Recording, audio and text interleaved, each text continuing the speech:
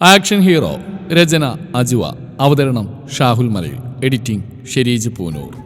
കണ്ടില്ലടി ഒരു തന്നെ പരിപ്പെടുക്കുന്നത്. ഇങ്ങനെ ഏത് നേരം നോക്കിയാൽ ഇത് തന്നെയാണോ പണി? നിന്റെ കാര്യം തീരുമാനമായി. ദേ അങ്ങേര് നമ്മളെ കണ്ടു. ദേവ് പറഞ്ഞതും അച്ഛൻ ഞെട്ടിക്കൊണ്ട് അങ്ങേരെ നോക്കി. അടുത്തേക്ക് വരുന്നതും അച്ഛൻ ദേവുവിന്റെ കയ്യിൽ ഇറുക്കി പിടിച്ചു. കൊല്ലാതെടി, വേദനിക്കുന്നു. എന്താ ഇവിടെ തന്നെ ഒന്ന് വാ, അതിരിക്കാം. ഈശ്വര, ഇന്നേവരാരെയും പേടിക്കാൻ നടന്നതിന് എനിക്കുള്ള ശിക്ഷയാണോ ഇത്? പേടിച്ചിട്ട് നിന്നെടുത്ത് അനങ്ങാൻ പോലും പറ്റുന്നില്ലല്ലോ. വേണ്ട സാർ, ഒരുവിധം പറഞ്ഞൊപ്പിച്ച് ദേവുവിനെ നോക്കി കണ്ണിറുക്കി കാണിച്ചു. വരാൻ പറഞ്ഞത് നിശ്ചയത്തിന് റിംഗ് എക്സ്ചേഞ്ച് കൂടി വേണമെന്ന് അമ്മക്ക് ഒരേ നിർബന്ധം. അതിനെണ്ണം വാങ്ങിക്കാന്ന് കരുതിയാ, പെട്ടെന്ന് ഇറങ്ങാന്ന് കരുതിയതാ. അപ്പോഴാ ഓരോ തിണ്ടികൾ. അവനെ പിടിച്ച് അകത്തിട്ട് ലോക്ക് ചെയ്യും. ബാക്കി ഞാൻ വന്നു കഴിഞ്ഞ് കൊടുത്തോളാം. വാ തുറന്ന കള്ളം മാത്രമേ പറയൂ. അവനെ കൊണ്ട് സത്യം പറയുമ്പോൾ എനിക്കറിയാം. അങ്ങനെയാണെങ്കിൽ ഈ കല്യാണം വേണ്ടെന്ന് നോക്കാൻ ഞാൻ കണ്ടുവച്ച കള്ളം കേട്ട അത് കള്ളാണെന്ന് മനസ്സിലായ എൻ്റെ എല്ലാം ഇങ്ങനെ പെറുക്കി എടുക്കും. അച്ചു പിന്നെ സൈലൻ്റായി അങ്ങേരെ വണ്ടിയിൽ കയറിയിരുന്ന് ദേവുവിനെ ഒന്നുകൂടെ നോക്കി. ജ്യൂസോ മറ്റോ വേണോ? വേണ്ട. ഓരോ റിങ് ഇട്ട് നോക്കി വാങ്ങിയതും അവരെ ഗേറ്റ് മുമ്പിൽ ഇറക്കാൻ ഡ്രൈവറോട് ഏൽപ്പിച്ച് അങ്ങേര് പോയതും അച്ചു കയ്യിലുള്ള റിങ് ഒന്ന് നോക്കി. ഇത് അങ്ങയുടെ കയ്യിലിട്ടാ പിന്നെ ഒന്നും പറയാനാവില്ല. നീ ഇവിടുന്ന് ഇറങ്ങിയതും ജീവൻ സാറ് വിളിച്ചിരുന്നു. റിംഗ് എക്സ്ചേഞ്ചിന് റിംഗ് വാങ്ങാൻ സൈസ് നോക്കാൻ നിന്നെ പറഞ്ഞു വിട്ടെന്ന് പറഞ്ഞുകൊണ്ട് ഞാൻ ഇറങ്ങി വരുമ്പോഴേക്കും നീ ഓട്ടോയിൽ കയറിയിരുന്നു. പിന്നെ എനിക്ക് ഉറപ്പായിരുന്നു നീ അവൻ്റെ അടുത്തേക്കാ പോയതെന്ന്. റിംഗ് കിട്ടിയോ? ആ കിട്ടി. അങ്ങനെ കൊണ്ട് തന്നെ എന്നെ കെട്ടിക്കണമെന്ന് അച്ഛൻ എന്തായിരുന്നു നിർബന്ധം? ഇത്രയും നല്ലൊരു ആലോചന നിനക്കിനി വരില്ലെന്ന് അറിയാവുന്നുണ്ട്. അതുമാത്രമല്ല, അവൻ്റെ അച്ഛൻ എൻ്റെ പഴയ കളിക്കൂട്ടുകാരനാണെന്ന് കൂടി അറിഞ്ഞപ്പോൾ വീട്ട് കളയാൻ തോന്നുന്നില്ല മോളെ. ആര്? അച്ഛനൊന്നും പറയാറുള്ള അരവിന്ദങ്കിളോ? അതേ മോളെ. പക്ഷേ വർഷങ്ങൾക്ക് ശേഷം അവൻ ജീവനോടല്ലെന്ന് കേട്ടപ്പോൾ സഹിക്കാനായില്ല. അവനെ എൻ്റെ മകനായി കിട്ടുന്നോണ്ടാ ഞാൻ. അച്ഛൻ്റെ സിമ്പതിങ്ങാനും കേട്ട് ഞാൻ അയാളെ കെട്ടിയ പിന്നെ എനിക്ക് ഈ സിമ്പതിക്ക് നേരം കാണൂ. എടി, അപ്പം നിനക്കൊരു സങ്കടമല്ലേ? ഞാൻ കണ്ടിട്ട് പോലില്ലാത്ത ഒരാൾ പോയതിന് ഞാൻ എന്തിനപ്പം നിന്ന് മോങ്ങുന്നേ? ഞാൻ ഈ നിശ്ചയം മുടക്കാൻ വല്ല ഐഡിയ ഉണ്ടോ നോക്കട്ടെ. അച്ഛൻ അതും പറഞ്ഞ് അകത്തേക്ക് നടന്നു. അച്ഛൻ ഏറ്റില്ല എന്ന പോലെ നിന്നു. അതിന് നിന്റെ ബുദ്ധിയല്ലേ, അത് ഉടനെ ഒന്നും വർക്കാവില്ല. അച്ഛൻ അവൾ പോയ വഴിയെ നോക്കി പറഞ്ഞതും അച്ഛൻ മുറിയിൽ ചെന്ന് ആ റിങ് ഒന്നുകൂടെ കയ്യിലെടുത്ത് നോക്കി. ഇതുണ്ടായാലല്ലേ നിശ്ചയം നടക്കൂ. കള്ളം വന്ന് റിങ് മോഷ്ടിച്ചുണ്ടോ എന്ന് പറയാം. ഏയ് പോലീസാ, പെട്ടെന്ന് കണ്ടുപിടിക്കാം, എന്നിട്ട് വേണം അങ്ങേര് ഇടിക്കാൻ. അച്ഛൻ അതും ചിന്തിച്ച് റിങ് വായിലിട്ട് പിന്നെ ഏതോ ചിന്തയിൽ തള്ളവരിൽ അമർത്തിയിട്ടു. സീരിയൽ കാണാൻ പോകുന്ന തിരക്കിൽ പിന്നെ റിങ്ങിന്റെ കാര്യം മറന്നു. കാലത്ത് എണീറ്റ് അമ്മ റെഡിയാവാൻ പറഞ്ഞു പോയപ്പോൾ അച്ഛൻ കുളിച്ച് റെഡിയായി. ദേവും കൂടി വന്ന് അച്ഛന് മുല്ലപ്പൂവൊക്കെ ചൂടിക്കൊടുത്തു. അത് കഴുത്തിലിട്ട് എന്നെ നെരിച്ച് കൊല്ലല്ലടി. നിനക്ക് എന്തിന്റെ കേടാച്ചു? നല്ലൊരു ചുള്ളം പോലീസുകാരൻ കെട്ടാൻ വന്നിട്ട് വേണ്ടാത്രേ. ഞാനെങ്ങാനാണെങ്കിൽ എപ്പോൾ സമ്മതിച്ചെന്ന് ചോദിച്ചാൽ മതി. അങ്ങനെ കെട്ടിയാൽ നിന്റെ സ്വഭാവത്തിന് മാറ്റണമെന്നല്ലേ ഉള്ളൂ. അതിനല്ലേ നീ അയാൾ വേണ്ടെന്ന് പറയുന്നത്? അച്ചുയൊന്നും അച്ചു തന്നെയാ. അങ്ങനെ ആർക്കും വേണ്ടി ഞാൻ മാറില്ല. മോളെ, ആ റിങ് എവിടെ? തിരുമേനി വന്നിട്ടുണ്ട്, പൂജിക്കാനുള്ളതാ. അച്ഛൻ കയറി വന്ന് പറഞ്ഞതും അച്ചു എപ്രാളപ്പെട്ട് ജുവൽ ബോക്സ് ഓപ്പൺ ആക്കി. ഈശ്വര, ഇതെവിടെ പോയി? അതിൻ്റെ മുക്കുമൂലയും നോക്കുമ്പോഴാണ് തള്ളവരിൽ ഇറുകി കിടക്കുന്ന അങ്ങേരുടെ റിങ് കണ്ടത്. അച്ഛാ പെട്ടു, ഇത് ഊരാൻ പറ്റുന്നില്ല. അച്ഛൻ അത് വലിച്ചൂരാൻ നോക്കിയെങ്കിലും പറ്റുന്നില്ല. അച്ഛനും ദൈവമൊക്കെ ആ വിരൽ മൊത്തം വലിച്ചു നോക്കി. വിരൽ നീണ്ടാലും ഞാൻ വരില്ലെന്ന പോലെ റിങ്ങും. ഇത് അവനിടാളല്ലേ, നീ എന്തിനാ ഇത് എടുത്ത് വിരലിലിട്ട്? അത് തന്നെയാ ഞാനും ആലോചിക്കുന്നേ. ഒടുക്കാ റിങ് പോട്ടെ എന്ന് വെച്ച് അച്ഛൻ മറ്റോ റിങ് സംഘടിപ്പിച്ചു. എന്ത് ചെയ്തിട്ടാലും ഇത് നടത്തിയേ തീരൂ. ഇനി തൊഴുതു വന്നോളൂ, തിരുമേനി പറഞ്ഞു. അച്ചു ആളെയും തലപൊക്കി നോക്കി പിന്നാലെ നടന്നു. ഒറ്റ കിട്ടിയ ചാൻസാണ്, മനസ്സിലുള്ളത് പറയാം. രണ്ട് കിട്ടിയാലും വേണ്ടില്ല, ആള് പോവുമല്ലോ. അച്ചു തൊണ്ടയ്ക്കൊന്ന് ശരിയാക്കി ആളെ ഒന്നുകൂടെ നോക്കി. അതെ, എനിക്ക് തന്നോടൊരു കാര്യം പറയാനുണ്ട്. ഈശ്വര, ഇങ്ങേരും അതിനാണോ വന്നേ? ഇനി അതെന്താണാവോ? എനിക്ക് തന്നെ ഇഷ്ടമായെങ്കിലും അമ്മയുടെ സെലക്ഷൻ തന്നെയാണ് നീ. എൻ്റെ ജോലി തനിക്കറിയാലോ. പലപ്പോഴും അമ്മയെ തനിയെ നിർത്തി രാത്രിയെന്നോ പകലെന്നോ ഇല്ലാതെ അലയേണ്ടി വരും. അമ്മയ്ക്കൊരു കൂട്ട് വേണമെന്നുള്ള ആഗ്രഹം കൊണ്ടാണ് ഞാൻ കെട്ടാൻ തീരുമാനിച്ചു തന്നെ. എനിക്ക് ഉറപ്പുണ്ട്, അമ്മയെ സ്നേഹിക്കാനും ഉറങ്ങിക്കിടക്കുന്ന ആ വീടുണർത്താനും അമ്മക്ക് കൂട്ടാവാനും നിനക്കാവുന്നു. അപ്പം ഇങ്ങേരെന്നെ കെട്ടുന്ന അമ്മയ്ക്ക് വേണ്ടിയാണോ? അച്ചു അതും ചിന്തിച്ച് കൃഷ്ണ ഭഗവാന് മുമ്പിൽ തൊഴുതു നിന്നു. എൻ്റെ കൃഷ്ണ, ഇങ്ങനെ ഒഴിവാക്കണമെന്ന് ഞാൻ പറഞ്ഞത് നീ വേറെ ഏതെങ്കിലും അർത്ഥത്തിലാണോ എടുത്തേ? താനിപ്പോൾ ആലോചിക്കുന്നുണ്ടാവും, എങ്കിൽ പിന്നെ ഇയാളെന്തിനാ പെണ്ണ് കെട്ടുന്നെന്ന് അല്ലേ? ഈശ്വര, ഇങ്ങനെ ഇടി മാത്രമല്ല മനഃശാസ്ത്രവും കലക്കി കുടിച്ചിട്ടുണ്ടോ? എനിക്ക് ശ്വാസമുള്ളിടത്തോളം താനൊരിക്കലും വേദനിക്കേണ്ടി വരില്ല. ആ ഒരു ഉറപ്പ് ഞാൻ തരാം. അപ്പോൾ ഇടിക്കില്ല. എന്നാലൊരു പോലീസുകാർ എന്നെ കെട്ടുന്ന സ്വപ്നത്തിൽ പോലും ചിന്തിച്ചിട്ടില്ല. തിരുമേനി പൂജയൊക്കെ കഴിഞ്ഞ് റിങ് എടുത്തു കൊടുത്തു. ആനന്ദ് അച്ചുവിന് റിങ് ഇട്ട് കൊടുത്തു. അച്ചു തൻ്റെ കയ്യിൽ ഇറുകി കിടക്കുന്ന റിങ് നോക്കി. അച്ഛൻ തന്ന റിങ് എടുത്ത് ആനന്ദിന്റെ വിരലിടാനൊരു ശ്രമം നടത്തി. അച്ഛാ, പണി പാളി. വെറുതെ അല്ല സൈസ് നോക്കി വാങ്ങിയത്. ഇതെന്താ ഇങ്ങനെ? നീയല്ല ഇന്നലെ സൈസ് കറക്റ്റാണെന്ന് പറഞ്ഞ് വാങ്ങിച്ച്. ആനന്ദാണെങ്കിൽ ഒറ്റ ദിവസം കൊണ്ട് ഞാൻ തടിച്ചെന്ന പോലെ സ്വയം നോക്കി. അപ്പോഴാണ് അവളുടെ തള്ളവിരൽ താൻ വാങ്ങിയ റിങ് ആനന്ദ് കണ്ടത്. അത് ഞാൻ അബദ്ധത്തിൽ. അച്ചു എങ്ങനെയൊക്കെയോ മുഖത്ത് നോക്കാതെ പറഞ്ഞു. എപ്പോൾ നോക്കിയാലും ഈ അമ്മയുടെയും മോൻ്റെയും മുമ്പിൽ ഞാൻ നാണം കിടുവാണല്ലോ ഈശ്വര. ദൈവമാണെങ്കിൽ അച്ചുവിൻ്റെ ചമ്മി നാറിയ മോന്ത കണ്ടെന്ന് ചിരിച്ചു. അച്ചു ഒരു ഇളി കേട്ടത് അവളെ നോക്കി പേടിപ്പിച്ചു. ആനന്ദ് തൻ്റെ കൈയുള്ള റിങ് ഊരിക്കൊടുത്ത് അങ്ങനെ അത് സോൾവ് ആക്കി. പോട്ടെടോ. ആനന്ദ് അച്ചുവിനെ നോക്കി യാത്ര പറഞ്ഞു. അച്ചു അവനെ നോക്കി ഒന്ന് പുഞ്ചിരിച്ചുകൊണ്ട് തലയാട്ടി. കയ്യിൽ കുരുങ്ങിയ റിങ് അറുത്തു മാറ്റിയപ്പോഴാണ് അച്ചുവിന് ശ്വാസം നേരെ വീണത്. അച്ചു തൻ്റെ റിങ്ങിൽ തന്നെ നോക്കി ഒരു പുഞ്ചിരിയോടെ ബെഡിൽ കിടന്നു. ഇതേ സമയം ആനന്ദും അതേ അവസ്ഥയിലായിരുന്നു. അവൾ ആദ്യമായി കണ്ണിലുടക്കിയ ആ നിമിഷങ്ങളിലായിരുന്നു അവൻ്റെ ഉള്ളം. എടി, ഇതാണ് ഈ പ്രേമം?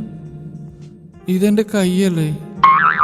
ദേവ് പറയുന്ന കേട്ടത് അച്ചവളെ കയ്യിൽ കോർത്ത് പിടിച്ച കൈ തട്ടി മാറ്റി. അതല്ലടി. ഇപ്പല്ലേ എനിക്ക് ആനന്ദ് സാറിനെ കല്യാണം കഴിക്കുന്നതിൽ ഒരു എതിർപ്പില്ലടി.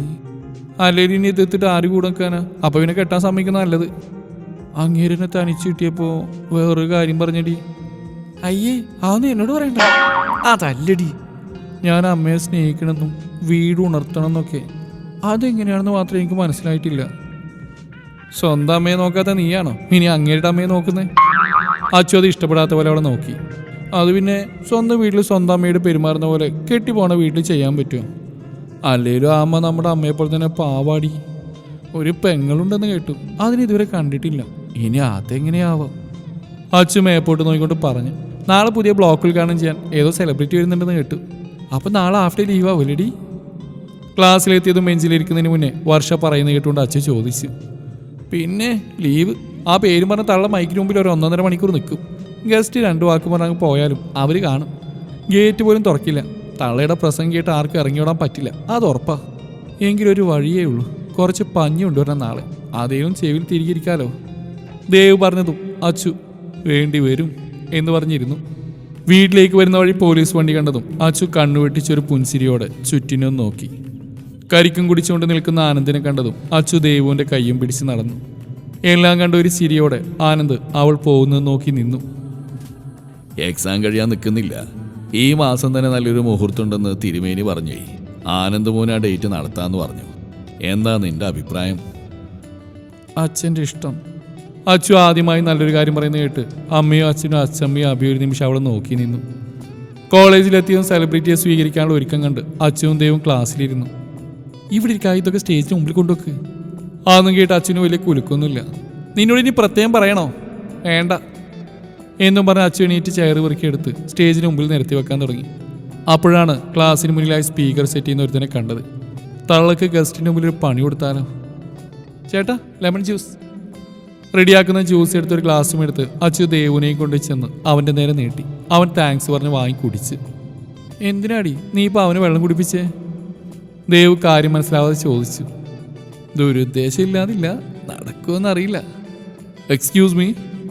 അച്ചു പറഞ്ഞു തീരുന്നതിന് മുന്നേ ചെക്കൻ പിന്നിൽ നിന്ന് വിളിച്ചു. ടോയ്ലറ്റ് എന്ന് ചോദിച്ചും അച്ചുവിൻ്റെ മനസ്സിൽ ഇടപൊട്ടി. അവൾ നല്ലപോലെ വളച്ചു പോകാനുള്ള റൂട്ട് പറഞ്ഞു കൊടുത്തു. അത് ചേട്ടാ, ആരില്ലെന്ന് ഉറപ്പുവരുത്തി മാത്രമേ അകത്ത് കയറാവൂ. പെൺപിള്ളേർ മാത്രമുള്ള കോളേജാ, പഞ്ഞിക്കിടും.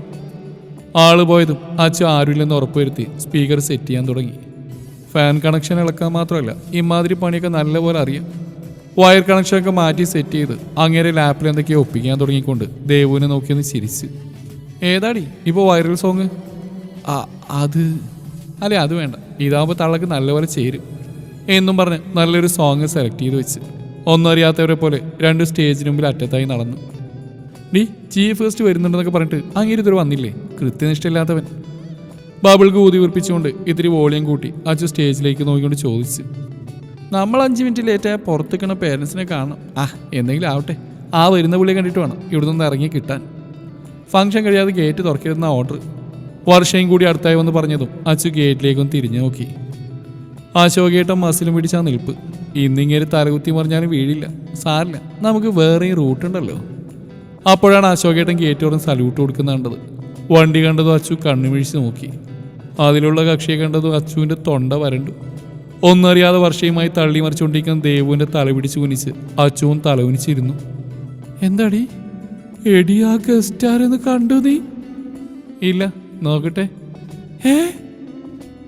എന്ന് പറഞ്ഞു ദേവ് തലപൊക്കി നോക്കിയതും ആളെ കണ്ട അതേ സ്പീഡിൽ തലകുനിച്ച്. എന്റെ ജീവനാടിയാ പോണേ. നിന്റെ ജീവനോ? കുറച്ചു മുന്നേ ചെയ്തു വെച്ച് ഞാനാണെന്നറിഞ്ഞ എന്റെ ജീവനല്ലടി പോവാ.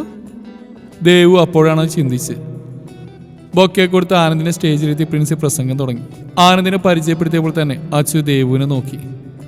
ഇത്രക്കൊക്കെ പേരിട്ട കക്ഷിയാണോ? പിന്നെയും കുറെ പൊക്കി പറയുന്ന കേട്ട് അജു ചെറുതായി തലവൊക്കി. നേരത്തെ കണക്ട് ചെയ്ത് വർക്കൗട്ടായില്ലേ? അങ്ങനെ വരാൻ വഴിയില്ലല്ലോ. ആ ചേട്ടൻ നേരായി കാണും. അത് നന്നായി, അല്ലെങ്കിൽ പണിപാളിയാനെ. ആള് മൈക്കിന് മുമ്പിൽ വന്നു. വീണ്ടും രണ്ടും നല്ലപോലെ കുനിഞ്ഞു. ആനന്ദിന്റെ കണ്ണുകളാണെങ്കിൽ കെട്ടാൻ പോകുന്ന പെണ്ണിനെ സെർച്ച് ചെയ്തുകൊണ്ടിരിക്കുകയായിരുന്നു. ഹായ് സ്റ്റുഡൻസ്, എനിക്കും നിങ്ങളെപ്പോലെ പഠിക്കുമ്പോൾ വലിയ ലക്ഷ്യങ്ങളൊന്നും ഉണ്ടായിരുന്നില്ല.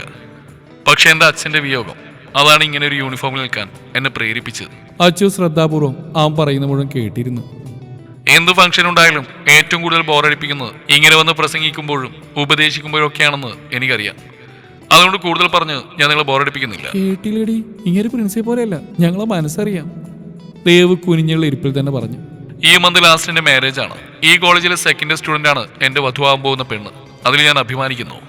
ഈശ്വര, പെട്ടു. ഏതാനും നിമിഷത്തിനൊക്കെ അപമാനം ഏറ്റുവാങ്ങാം. എടി, ഇവിടെ വേറെ ഏതെങ്കിലും അശ്വതി ഉണ്ടോ എടി? ആ സെക്കൻഡ് ഇയർ തന്നെ കെമിസ്ട്രി ബാച്ചിലുണ്ടടി. ആ പ്രിൻസി അതാണെന്ന് കരുതിയാൽ മതിയായിരുന്നു. സർ, ആ കുട്ടിയുടെ പേരെന്താ? ആ കുട്ടി എല്ലാ സ്റ്റുഡൻസിനും പരിചയപ്പെടുന്നതിൽ വിരോധമുണ്ടോ? പ്രിൻസിയുടെ ചോദ്യം കേട്ടത് അച്ചു ഞെട്ടി പണ്ടാരടങ്ങി. എടി, മറ്റേ അശ്വതി 2 ആഴ്ചയായിട്ട് ചിക്കൻ ബോക്സ് പിടിച്ച് ലീവാ. നീ പെട്ടു. ഇപ്പൊ വേണ്ട, അവൾ എൻ്റെ ഭാര്യയായില്ലല്ലോ. എന്തെങ്കിലും കാരണവശാലും ഞങ്ങൾക്ക് ഒന്നാവാൻ കഴിഞ്ഞില്ലെങ്കിലോ? അതാ കുട്ടിക്ക് തന്നെ അപമാനം. അത് കേട്ടതും അച്ചു നെഞ്ചിൽ കൈവച്ച് ശ്വാസം വിട്ടു. ഭാഗ്യം, അങ്ങേര് നല്ലവനാ. നിന്റെ പേരെങ്ങാനും കേട്ട ആ തള്ള ആദ്യം ഏത് അശ്വതിയാണെന്ന് ചോദിക്കൂ. നിന്റെ കണക്ഷൻ ജാമായത് വേറെ ഭാഗ്യം. ദേവ് പറഞ്ഞു തീരുന്നതിന് മുന്നേ പ്രിൻസി എന്തോ പറയാനെന്ന പോലെ സ്പീക്കറിന് മുന്നിൽ വന്നപ്പോൾ തന്നെ സ്പീക്കറിൽ നിന്നൊരു മൂളക്കം വന്നു. അച്ചുവിൻ്റെ തല അറിയാതെ പൊങ്ങി.